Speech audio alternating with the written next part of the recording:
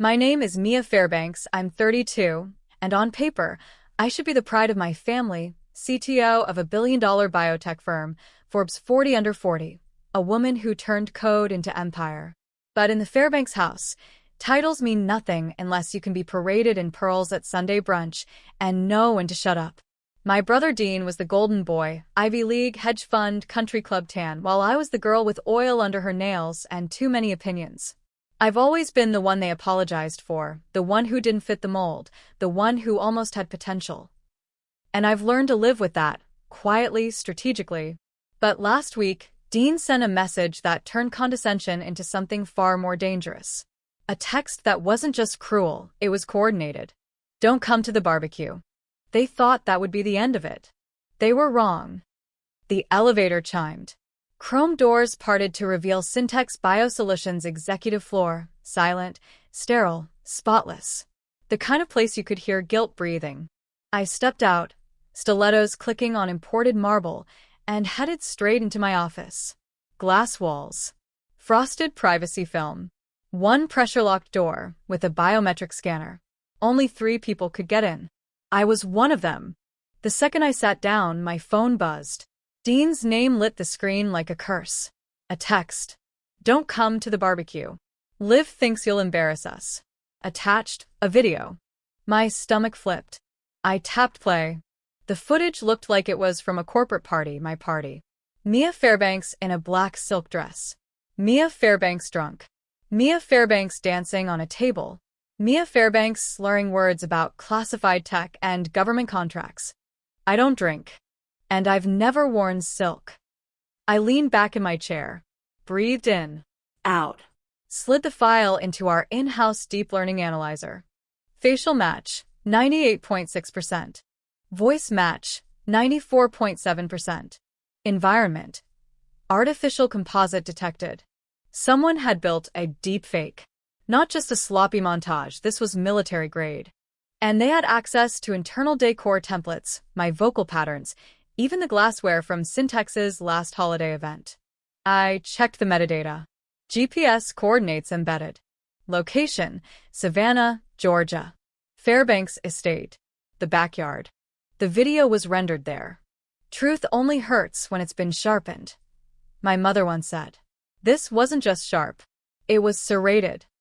I called her. Voicemail. Dad? Nothing. I texted back. Nice try. See you Sunday. I opened a new secure terminal, typed in my kill codes for all outgoing Syntex communications bearing my name, rerouted them to an isolated audit channel, then called my assistant. Trace Dean's last 4 months of financials. Private accounts, foreign holdings. I want timestamps, transfers, and any crypto movement that doesn't look clean. You think he sold something? I think someone sold me. 2:13 p.m. internal alert. Data discrepancy detected in biometric logs. Someone logged in using my retinal ID yesterday. I wasn't here yesterday. I pulled the access trail. Terminal 11C, East Wing. Only authorized for military contracts and code isolation tests. I stood. Moved fast. No heels now, just silence and adrenaline. The corridor to East Wing was dark. Strip lights flickered. My reflection followed me in glass walls. Doubled, warped. A camera pivoted. I froze. The keypad blinked. Access denied. I entered override. It clicked. Inside, nothing. Just hums. Servers. Screens. Then I saw it, a thumb drive left on a swivel chair. Labeled, Vid Anthem.REQroot. I plugged it into my isolated laptop. One file. Encrypted folder. Text only. She's been approved for test phase 1. Remote override viable. Family confirms non-resistance. Flagged for extraction. Initiate via behavioral trigger. I didn't move. My hands steady. My mind not. They weren't just trying to discredit me. They were trying to turn me off. Not fire me. Not shame me. Erase me. A cold breath moved behind me. I turned. Nothing. But the screen still flickered. Something in me changed then. Not snapped, realigned. They wanted me gone? They forgot one thing. I build the weapons. And I don't miss. They don't just want me out of the barbecue, I whispered. They want me erased. The lab was silent when it shouldn't be. 3:11 a.m. Security rotation every 20 minutes. That gave me 13. I bypassed the main entrance, slid my employee ID into the emergency override slot, and typed fast. No lights. No trace. Not even the biometric sensor pinged back. Syntax didn't know I was here. Correction. Whoever controlled Syntax now didn't. The back corridor felt colder than usual. That wasn't HVAC. That was paranoia setting into bone. I reached Terminal B12. Punched in my dead key password. Access restricted. Retinal override. My own eye. I leaned in. The door clicked open. No one inside, at least not visibly. But the cameras above rotated a millisecond too late. Like they were watching something else. Or someone else. Terminal logs loaded. Deep breath. I traced yesterday's entries. Someone had accessed Syntax's secure files using my retinal and thumbprint combo. The logs matched my ID. Except I was 214 miles away giving a lecture in Atlanta. I searched the keystroke logs. Ghosted. They'd wiped fingerprints, mouse data, heat traces. But not the background system ping. Every login emits a microbeacon for anti-spoof. That beacon showed internal access from device 9X F14, an off-grid developer terminal that was retired 3 years ago. Retired, meaning reassigned to the federal arm. Military contracts. Remote override R&D. I knew that signature. I built half of it. Fingers trembling now. I accessed the video logs. Black screen. Then a flicker. A frame. A shadow moving behind my chair. Someone had sat in this exact seat using my credentials. Someone who knew the system well enough to forge even the internal anti-spoof. Someone who had time, clearance, and motive. The next folder confirmed it. Labeled, Neural Fallback/Override, Beta Case, Fairbanks. My last name, not just mine. There were 3 entries. MIA. Evelyn. Thomas. My mother. My father. Me. The only 3 people with Syntax's prototype implanted in full. The only ones with override access embedded into their neurooptic network. Someone wasn't just framing me. They were preparing to shut us down. I backed out. Saved a copy onto a clean encrypted drive I wore under my blouse. Cut to hallway. Quiet. Too quiet. That same feeling again. Eyes crawling the back of my skull. I moved fast. Past the biometric vault. Past the east corridor. Then I saw him. Darren. My lead engineer. Clipboard in hand. Sweat on his collar. Didn't expect you here, he said, voice flat. Didn't expect you here either, I said, scanning his eyes. Night check. At 3:30 a.m.? He blinked. Too slow. Darren, I said calmly. When did you last run a security audit on internal credential pings? What are you? Don't lie to me. He hesitated, then nodded toward the elevator. We should talk. Inside the elevator, I turned my back, watched him in the reflection. His jaw clenched. Look, he muttered. I didn't know it was you. What was me? I thought it was just a shell profile. They said the trial data was cleared. My head snapped around. They who? He didn't answer. The elevator dinged. We didn't move. I grabbed his shirt. They who, Darren? He whispered. Your brother. Everything inside me stilled. Dean. The next hour was blur. Downloading backup logs. Calling my dark line contacts. Uploading surveillance failovers to a remote server in Montreal.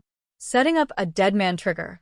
If my biometrics go dark for more than 12 hours, the full neural override source code leaks to every regulatory agency in the country. If they wanted to bury me, they'd be buried with me. I sat at my desk. The city lights of Atlanta burned through my office windows. My face in the glass looked older, colder. I pulled up the silent audio trace from my apartment's doorbell cam. A black SUV. Same license plate. Parked every Tuesday. 2:12 a.m. The last recording? A voice, faint. Male. She still doesn't know who. She still doesn't know why. The gate to the Fairbanks estate opened without hesitation. No code request. No voice verification. Just silence. Then the groan of iron dragging across gravel, like a welcome I didn't ask for. The SUV crept forward. I drove myself. No driver. No backup. Just 19 mm under the passenger seat and a red envelope in my coat pocket marked if I'm dead, delivered to the DOJ. Southern heat wrapped around the car like a noose. The hedges were too manicured. The lights too warm. Every detail of this barbecue felt staged. The kind of comfort you buy when you're hiding something ugly. My heels hit the cobblestone. Conversation stopped. Dean stood at the grill, tongs in hand, like this was any other Sunday. Fake smiles. Cold eyes. The whole scene looked like a diorama, frozen in some alternate timeline where betrayal was just table decor. You came, Dean said, like I was the guest of honor at a wake. Invitation was so polite, I answered. He smirked. You're always so dramatic, Mia. You're always so underqualified, Dean. Inside, the house smelled like lemon polish and money. Familiar walls. Foreign energy. I took the back staircase. To the study. Locked. Fingerprint scanner blinked red. I tilted my wrist and dropped my ID bracelet over the plate. It clicked open. Inside, dark wood and older lies. My father's desk. Polished. Empty. Except a burner phone. Taped underneath. Batteries still warm. I powered it on. One voicemail. Male voice. Distorted. The test case has been successful. Target 001 can now be neutralized remotely. Initiate sequence from primary site. Family confirms consent. I stared at the screen. Target 001. They weren't just erasing me from syntax. They were targeting me like a rogue AI, like I was a malfunction they had to put down. Consent, I whispered. They signed off. Blood thundered in my ears. I turned to leave. A shadow moved across the hallway outside. I pressed against the door. Counted heartbeats. Then the voice. You shouldn't be here. Leave. Her tone was syrup and steel. This is family space, she added. I stepped out. Then explain this, I said, holding up the phone. She didn't flinch. You weren't supposed to find that. You tried to kill me. No. We tried to shut you off. There's a difference. My pulse spiked. That video? The override signature? My mother's implant? All of it. What the hell did you do? You were the control group, Mia, Liv said calmly. Your reactions. Your resistance. Your independence. You were never supposed to survive beta. She pulled something from her purse. Taser. I ducked right as it fired. Blue light cracked air. I grabbed a floor lamp, swung. Missed. She lunged again. I kicked the table. Wood splintered. The taser skidded under the couch. Liv shrieked. Then voices downstairs. Panic seeped upward like smoke. I bolted. Not to the door. To my mother's room. She lay motionless. Eyes open. Pupils blown. A faint four ran from her arm. Clear fluid. I grabbed the bag. Smelled it. Midazolam. Benzodiazepine. Fast-acting sedation. Used to calm, to erase memory, to prevent speech. She blinked once. Recognition. I leaned close. Mom, did you consent to this? Did Dad, was this your decision? Her lips twitched. But no sound. Behind me, footsteps. Heavy. Dean. He froze in the doorway. Looked between us. This isn't what you think. No? Because it looks like she's drugged and you're smiling. I didn't know Liv went this far. Liar. He took a step forward. Don't, I said. He stopped. The implants. The override. It was all you, Dean. You and Dad. He didn't deny it. Instead, he looked at my mother. Then back at me. Do you really think you were ever supposed to inherit anything? I moved faster than he expected, ripped the 4 from the wall, swung the metal pole at his head. Connected. He dropped. Not unconscious, but rattled. I ran. Downstairs. The alarm control box. Manual override. I flipped the panic switch. Sirens blared. Lights flared. The estate went to hell in 5 seconds. I ducked past the crowd, cut across the courtyard. The fountain in the center shimmered under motion lights. Glass shattered behind me. Someone screamed. Gunshot? I didn't look back. I dove? Into the water. Cold. Shocking. I came up gasping. Hands gripping the edge. Blood in my mouth. This wasn't about me anymore. It never was. I ran until the trees swallowed me. Branches slapped my arms. Mud pulled at my shoes. Somewhere behind me, the estate screamed in sirens and fractured light. I didn't stop. Not even when the pain hit. Not even when I tasted blood. Because stopping meant becoming data. Becoming disposable. And I wasn't built to be deleted. A pickup truck idled at the edge of the tree line. Headlights off. One man inside. I knew that silhouette. Scar under his left eye. Bentricht. Eli Devlin. Former Syntex contractor. Off-grid since the day I fired him for violating encryption protocols. He rolled down the window. Didn't speak. I got in. The truck pulled away without a word. Still running from ghosts? He asked after a mile. They're not ghosts if they're still breathing. You were always bad at asking for help, Mia. And you were always good at hiding blackmail in API code. He grinned. Old habits.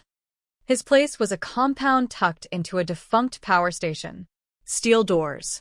Triple locks. Solar-powered everything. We entered through a rusted maintenance hatch. The hallway smelled like copper and cigarettes. Screens flickered on the wall. Dozens of them. Surveillance feeds. Private server activity. Government blacklists. You're still watching Syntex? I asked. He raised an eyebrow. A company doesn't spend $26 million on AI-assisted neuromodulation and not get my attention. He led me into a low-lit chamber filled with drives and humming servers. A keyboard clacked under his fingers. Let me guess, he said. You finally tripped into the monster you built. No, I said. They're using my name to build something I never approved. I handed him the drive from my jacket. He slid it in. 2 seconds later, his screen lit up red. Jesus. Yeah. He clicked. Scanned. Froze. This isn't override code. This is behavioral compliance mapping. It's not meant for emergencies. It's meant for mass deployment. I stared at the screen. Lines of code I didn't write. But they used my biometric ID to sign them. This is weaponized therapy, he said. They can dial people's decision-making down like a thermostat. And they've tested it on my family, I whispered. He turned. Say that again. My mother. She's implanted. My father co-signed something 2 years ago. And I think they used me as the beta subject without ever telling me. He leaned back. You're saying the entire Fairbanks line was turned into a lab. Eli showed me the internal structure of the override. It had 3 signatures. Mine. Dean's. And one more, RF. A hidden administrator profile. Root access. Who's RF? I asked. No idea. But they're still pinging. He ran a trace. IP location. Washington, D.C. We moved to a side room. A glass board covered in handwritten names, diagrams, red lines connecting key terms. At the center, Neuralock. Ever heard of it? He asked. Only as a shelved DARPA proposal. It wasn't shelved. Syntex got federal funding last fiscal quarter. Liv helped secure the contract. The air shifted. Leave. Of course she did. She was the one who got Dean in bed with Virion Systems, I said. Now she's anchoring federal rollout. She's not just anchoring it, Eli muttered. She is the liaison. He opened a folder on his desk. Photos of Liv. In D.C. At dinners. With government officials. With weapons contractors. Do you know what happens if this goes live? He asked. They won't need prisons, I said. They'll have settings. My head spun. I walked out to the open-air roof. Night. Wind. A freight train in the distance. And suddenly, the world felt smaller. More wired. More. Predictable. Like someone had already written the script. Somewhere behind me, Eli said quietly, "People think freedom is about choice. But real freedom? It's about resisting the easy ones." I stared at the horizon.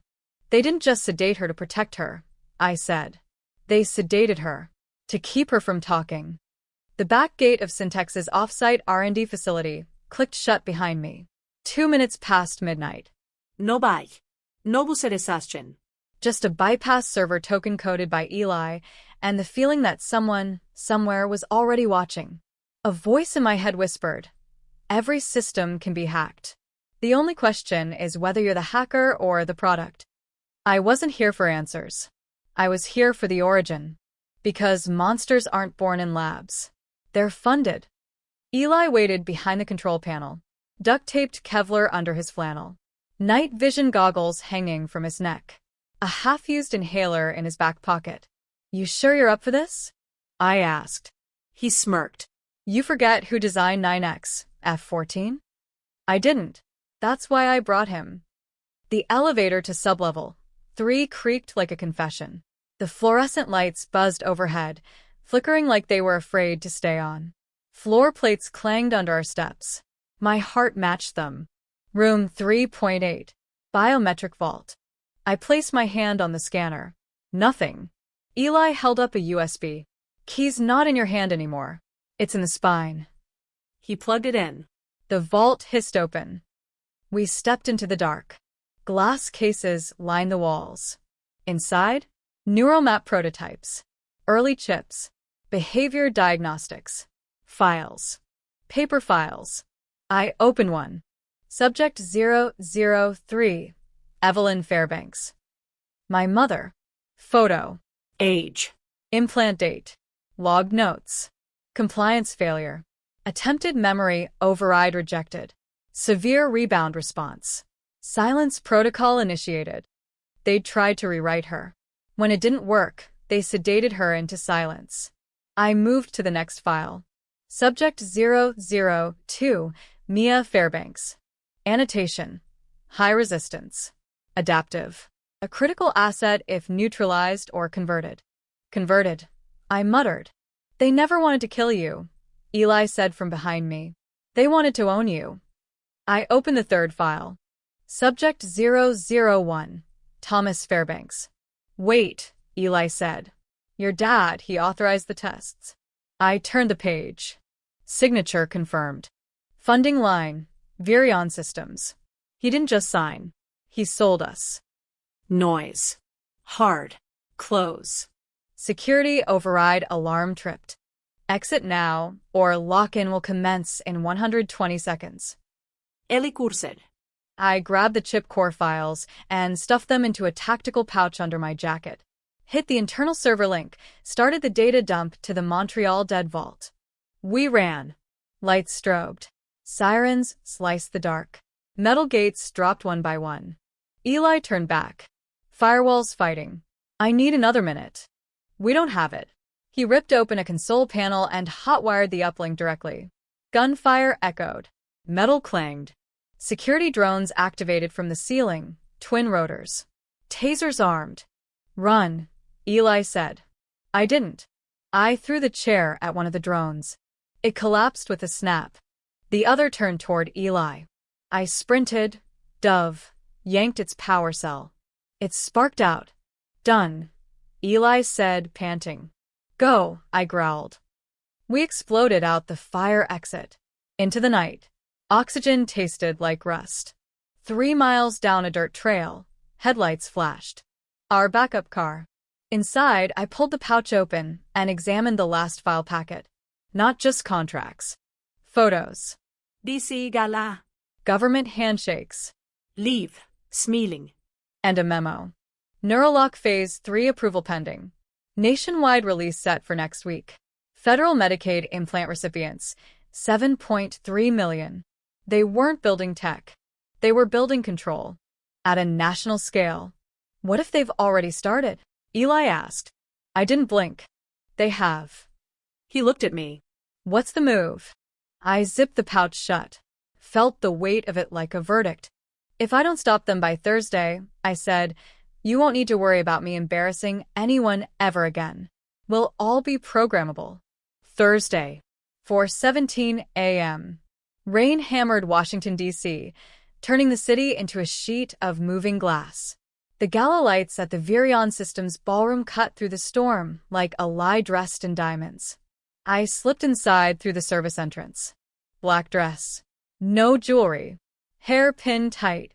Invisible by design. The room hummed with money and confidence. Senators. Contractors. Executives who spoke in futures and percentages.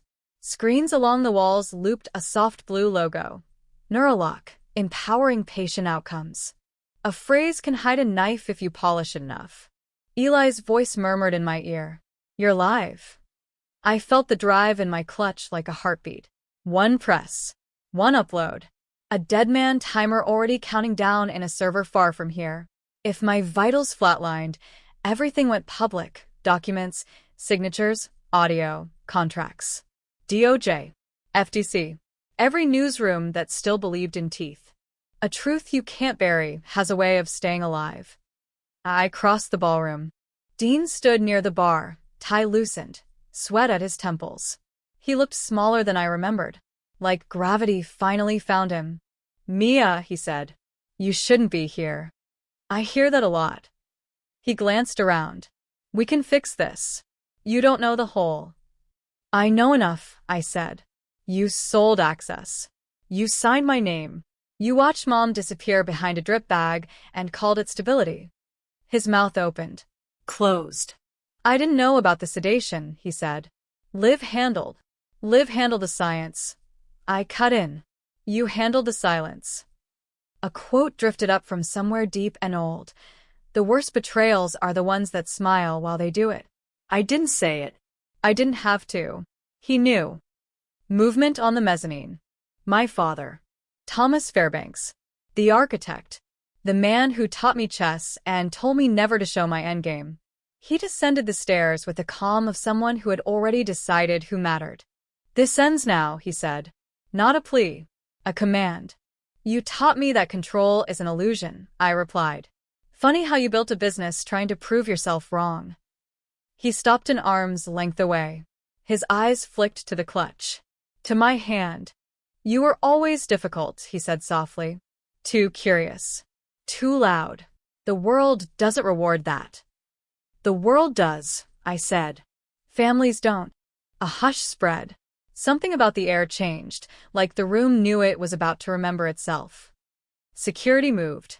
I pressed the upload. Lights flickered. Screens froze. Then changed. Documents scrolled. Contracts. Signatures. A video clip, live, crisp and confident, explaining compliance thresholds like recipe notes. An audio file followed. My father's voice, clinical, approving a silence protocol. Gasps. Phones rose. Whispers tore through the room like paper. Eli's voice, steady. Upload complete. Media packets released. Federal liaisons notified. Sirens cut the night. Blue and red painted the rain. Dean reached for me. I stepped back. You always said I'd embarrass you, I said. I guess we finally agree. Chaos bloomed. Agents moved with purpose. Badges flashed. Hands went up. Someone cried. Someone prayed. Someone tried to run and didn't make it 3 steps. My father didn't resist. He just looked at me, searching for something he couldn't name. I did this to protect you, he said. I shook my head. You did this to control what you couldn't understand. Another quote surfaced, one I used to keep taped above my desk. Power that fears dissent is already broken. I met his gaze until he looked away. Outside, the rain softened. Eli leaned against a barricade, pale but smiling. You good? I will be, I said. And meant it. The press surged. Microphones bloomed. Questions stacked like bricks. I stepped forward anyway. My name is Mia Fairbanks, I said, voice steady. What happened here wasn't a glitch. It was a choice. Technology doesn't erase accountability. Families don't outrank the law. And silence is never neutral. Cameras clicked. The city breathed. Later, much later, I sat alone on a courthouse bench as dawn found the edges of the sky. My phone buzzed once. A message from a number I didn't recognize. She's awake. Asking for you. I closed my eyes. Another thought, quiet and final, settled in. Freedom isn't the absence of control. It's the courage to refuse it. I stood. The rain stopped. And for the first time, no one was telling me where I wasn't allowed to go.